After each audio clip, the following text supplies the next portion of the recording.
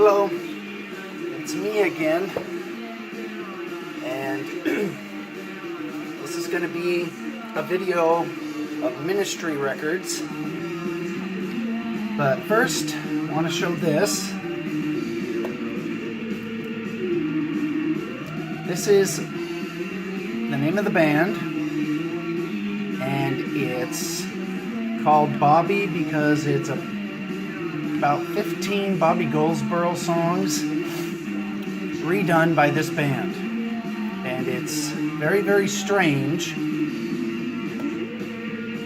And it's kind of one of those things that you kind of have to know Bobby Goldsboro songs. And then once you know those, you listen to this and you can't believe what you're hearing. It's really good. They really kind of tear these Bobby Goldsboro songs into pieces that you can't imagine. Anyway, Bobby Goldsboro played in Laughlin, Nevada, and I went and seen him, not to go see Bobby Goldsboro, but to get him to autograph this record. So he was at the merch booth after the show, you know, selling his little CDs and DVDs, and I'm waiting in line with this record for him to sign, which there's nothing that comes with this record, just that. Anyway, it's my turn. I get up there and I put this record on the table in front of him, and Bobby Goldsboro grabs it and says, "I know this record. I can't believe, you know, that I'm seeing it again." He said the band sent me a copy. He says he likes it, which was kind of funny because this record sounds nothing like Bobby Goldsboro. It sounds like this cacophony of noise, and he thought it was really funny that somebody had it, and he autographed it for me, and that's the story of this record. And the good thing about this record is you can get it on Discogs for very cheap, probably like $4 or $5, even though I think it's worth like $500, just because of the way it sounds. So my suggestion is listen to a bunch of Bobby Goldsboro songs and then buy this record. Okay, on to the ministry stuff. And I did have a picture of Bobby Goldsboro holding this record with me standing next to him, but I think my aunt has that somewhere up in Washington. Okay.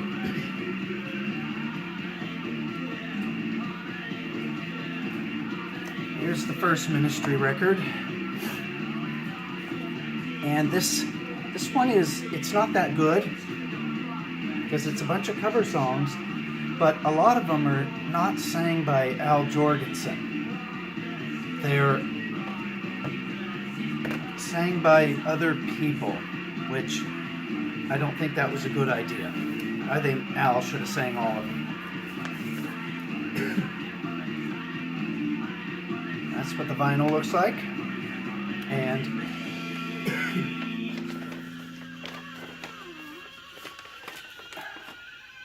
if you can find it for under like $30, it's worth it, but it's not worth more than that.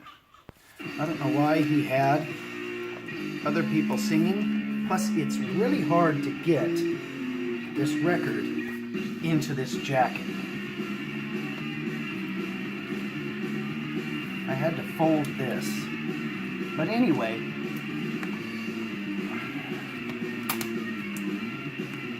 yeah, see, you can't even get it in there without the glue coming apart. Although I never take it out of here because I've recorded it. Yeah, it's not going to go in. It's starting to come apart. I'll just keep it out.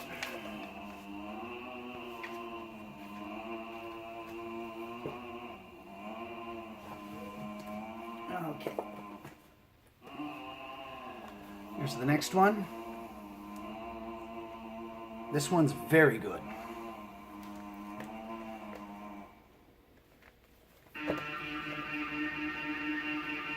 And it's a double LP. And I don't think, yeah, the vinyl's clear. I thought the vinyl was just black. Since I only play these once and I record them into a computer, and then if I want to hear them again, I can just bring them up on the computer. That one's also clear.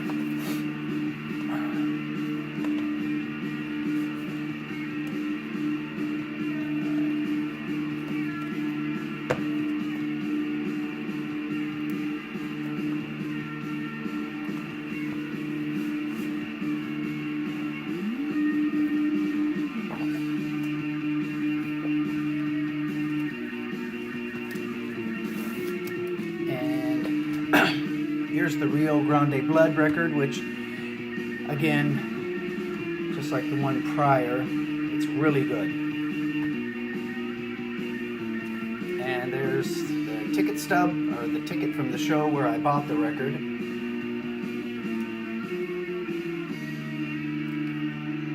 And that was when the Revolting Cocks played with them, and it was, as you can imagine, a really good show.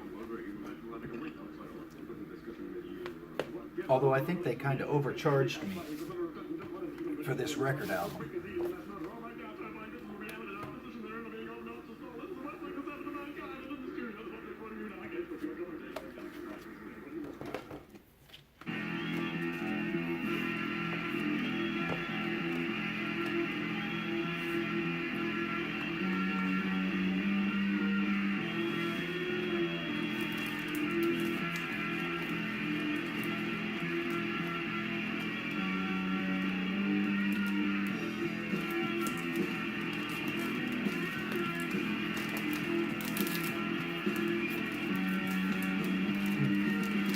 This is a big record.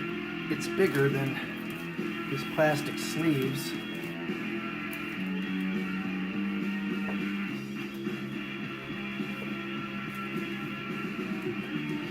Okay. Here's this one. Again, this is very, very good. Everything about this record is just the best. Even though I think it's got 3 songs on it. But all 3 are really good.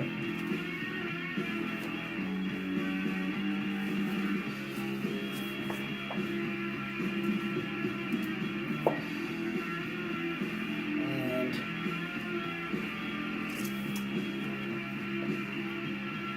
this is a repressing of this record. It's not an original copy of it.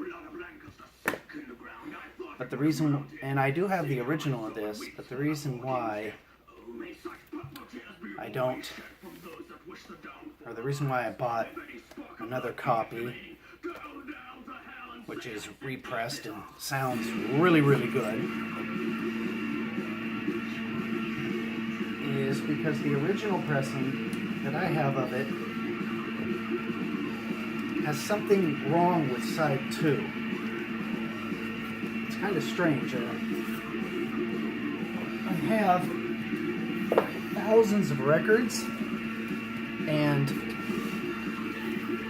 none of them have this problem that this one has. This is an original copy of it, and side 2 of this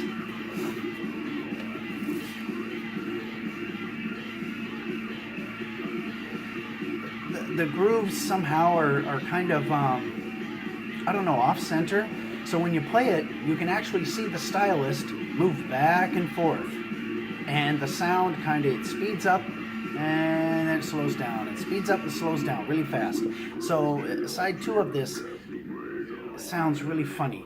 Side 1 plays perfect. Side 2 plays as if Gibby from the Butthole Surfers remastered it and then decided to remaster every single song the same way.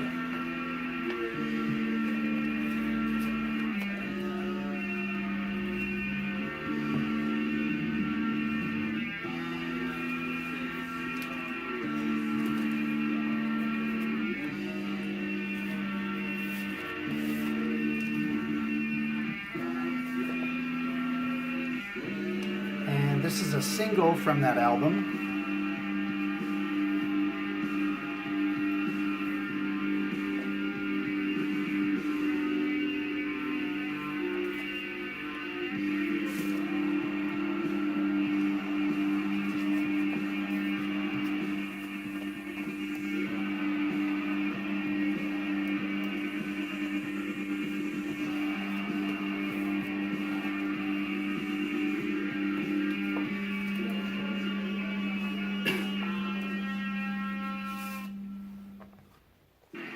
And this is another single from that record.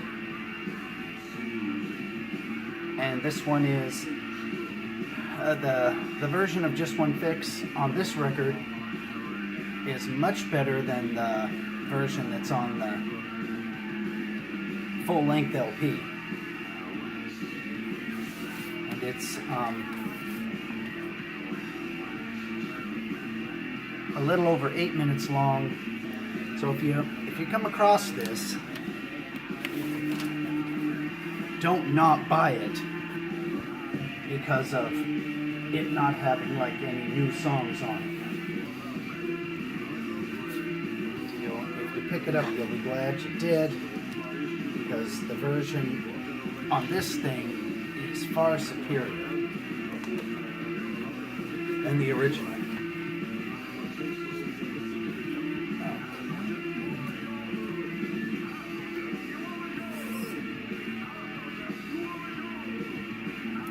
This is another Ministry album that's half of it's good, half of it's not. But it's definitely worth picking up if you can find it for under $60.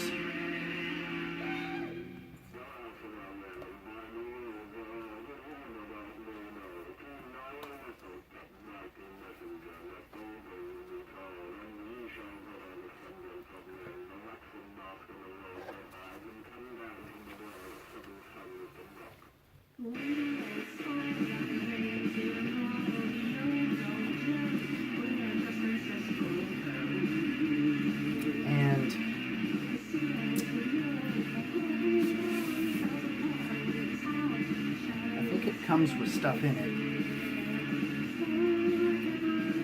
I haven't looked at this record in a long time. Yeah, it's a double album, and it comes with this little, I don't know, it's not a lyric sheet, just a little, I guess, poster that addresses who had a hand in making the record. The insides have print.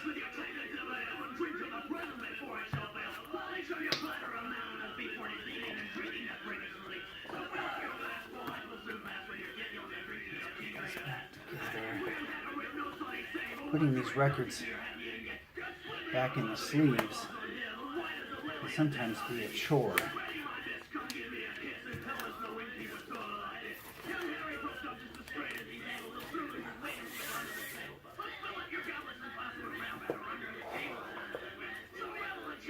Okay,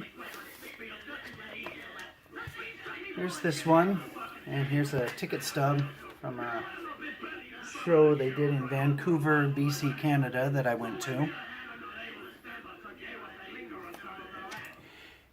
And this record is, actually, I really don't like it. The jacket for it is great. And The record sleeves are printed, and I think the vinyl's clear. And everything about this record's great until you play it. And I don't know, I think the songs are just played too slow. But if you have a turntable, you can fix that just by pulling the pitch up on it, and the songs become faster.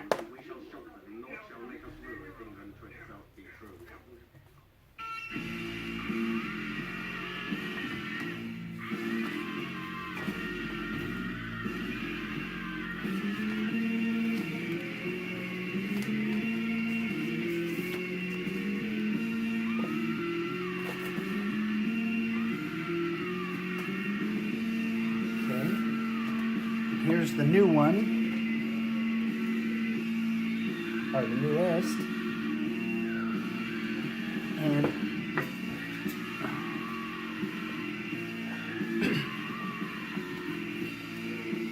I think there's only 2 songs on this that I like. The rest of them, I don't know, I just don't like them. Now, the 2 songs I do like on this are really great, but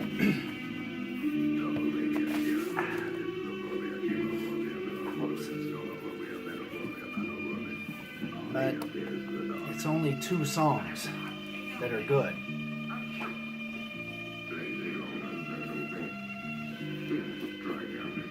And this copy came with a little poster, autographed by somebody, probably Al.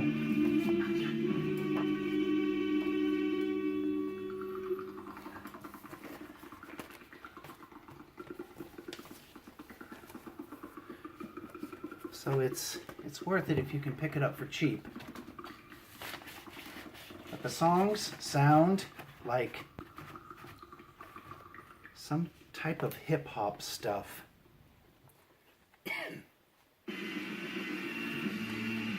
They really do.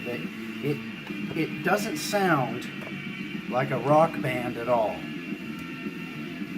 It sounds like hip-hop. It sounds like that new Marilyn Manson record, which sounds like a hip-hop record.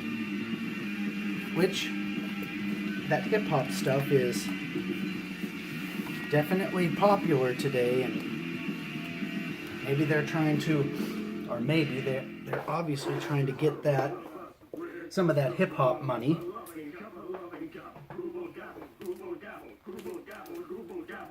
Let's see if we can get into this. This one has those irritating sticky things that are hard to get into. And this one's okay. It's got like 3 good songs on it.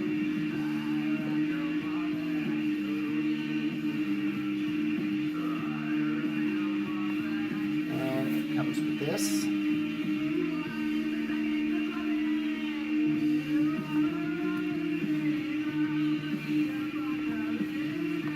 And I don't think the vinyl is any special color. No, it's not. Just that. Oh, nothing else in it.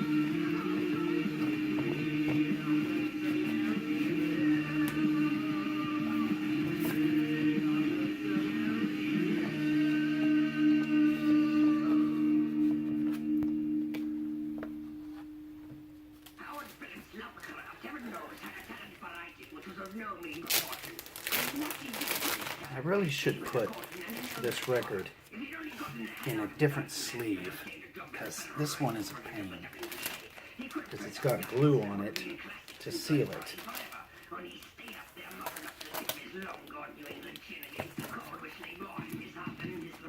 I guess so it doesn't fly out. This record is really good. Much better than the last 2.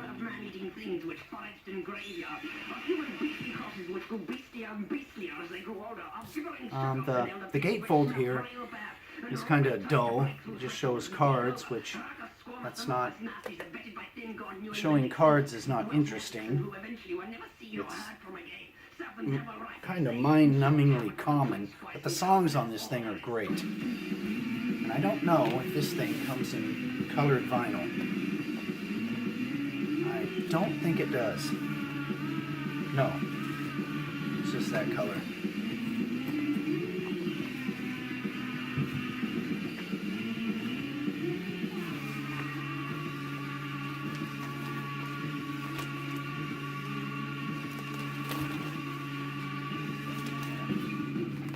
This one barely fits in.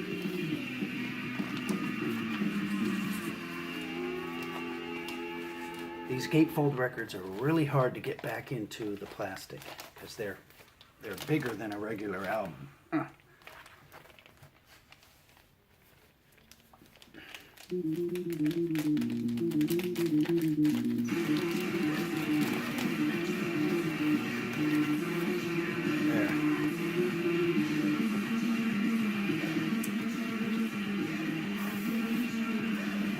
And this one is really good.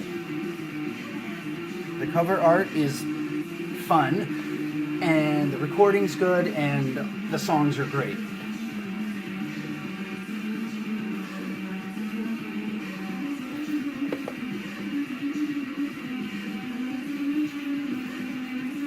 And yeah, the vinyl's just black.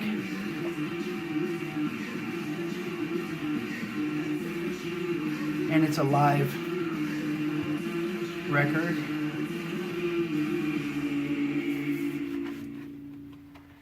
And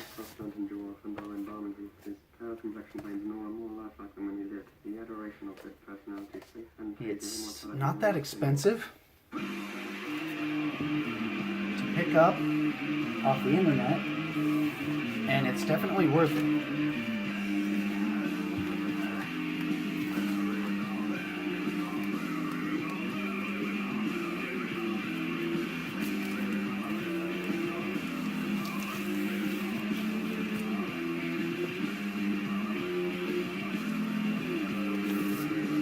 And this one is basically the same thing as the last one, but it has a few different songs on it. But it's still really good. And it's a recording from some festival.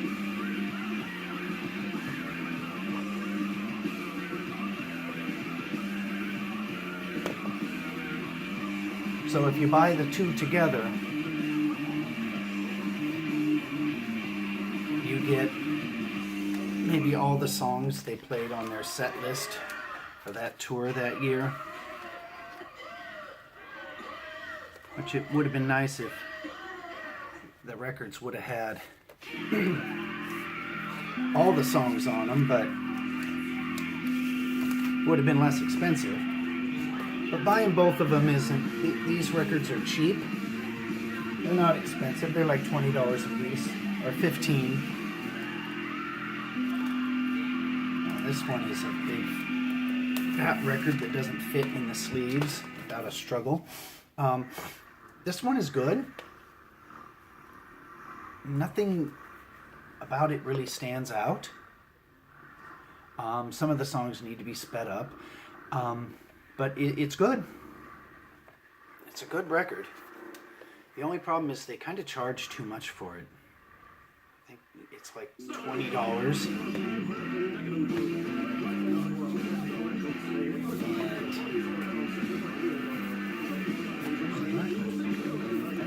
Vinyl looks like that.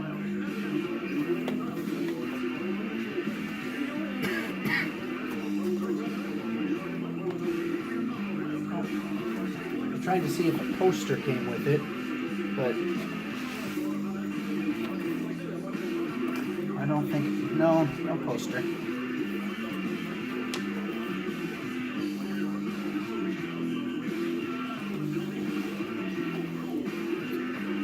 Make sure these records are out, because when you do the fold, they can get trapped in there and you'll bend them.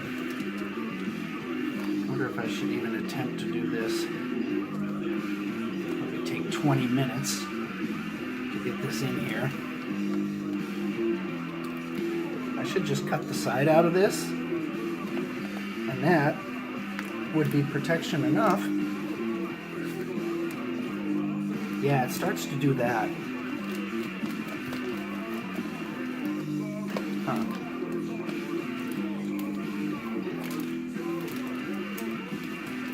Maybe if I stretch it. Like I said, I record these and then I never take them back out. There. It fits in there, but it's tight. And here's the... Whoa, a bunch of stuff was in there. Here's the burning inside. Single. And not much to this. It's really good as an extended recording of that Burning Inside song. And there's a ticket stub from when I went and seen them on this tour, the record I just showed. And here's, I think this was the Dark Side of the Spoon. Yeah, this was the Dark Side of the Spoon show.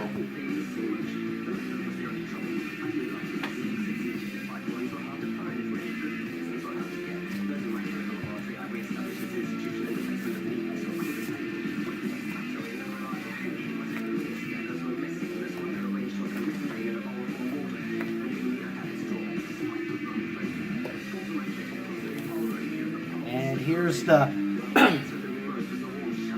probably the best record they ever did was this one. This record is something that when you first hear it, you can't stop listening to it.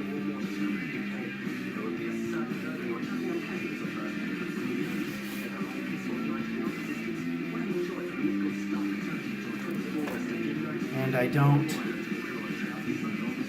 fault them for all their records not sounding like this one. Is there anything in there blocking it? Because you can't catch lightning in a bottle. So when a band's record, their new record isn't as good as like the one that got you into the band in the first place, just remember that you can't do it perfect every single time. This is a single from the Filth Pig record. And this is a ticket stub from one of the many times I saw them in Las Vegas.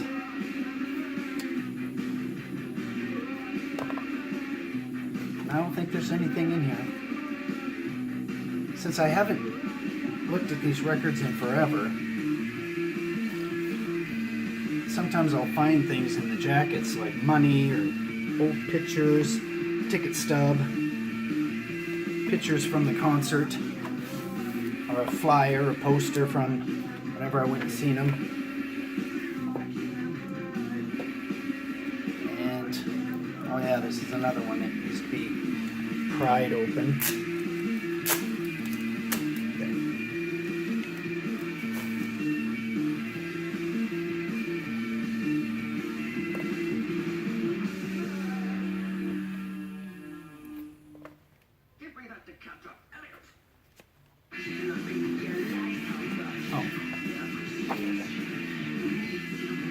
Nope, nothing. There's the little piece of paper that came inside that tells you, I don't know, I haven't read this. It tells you something. This is what the vinyl looks like.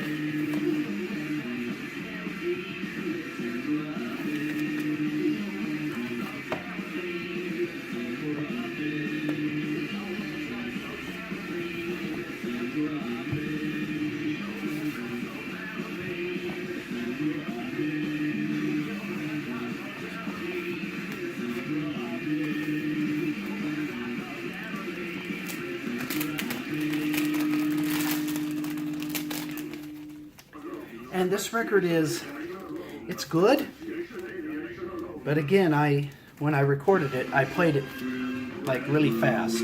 I recorded it fast, so that the songs were more upbeat, because the songs on this thing are really slow. They're good, but slow.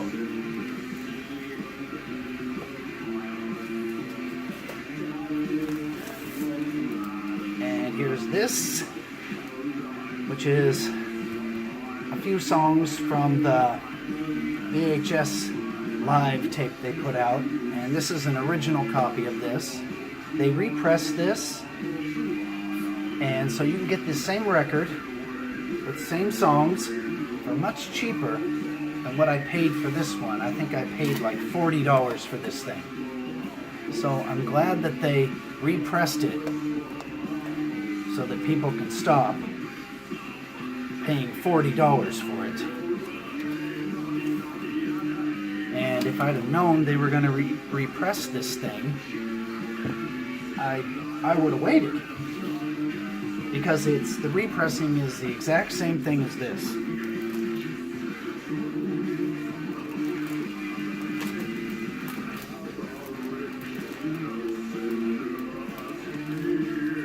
So I'll get it in here. This record's kind of big. Some records are bigger than others by like a quarter of, or like a 20% of an inch. And it makes it hard to get them inside the plastic. And this is the Stigmata Maxi single. And this is good.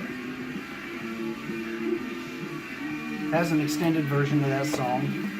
I don't think I have anything in it, like a poster or anything. I think it's just this. And the last one that I have is this. And this is good. It's kind of like the rest of that In Case You Didn't Feel Like Showing Up concert on that record that I showed you just before this one, or the one right before the one I just showed. The album cover is, I don't know, it's not very interesting, but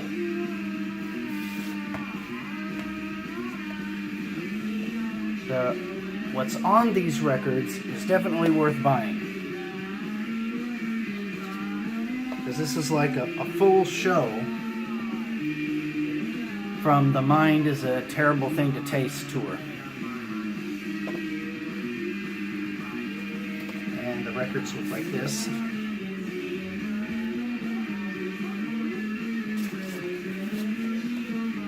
So this one is not a waste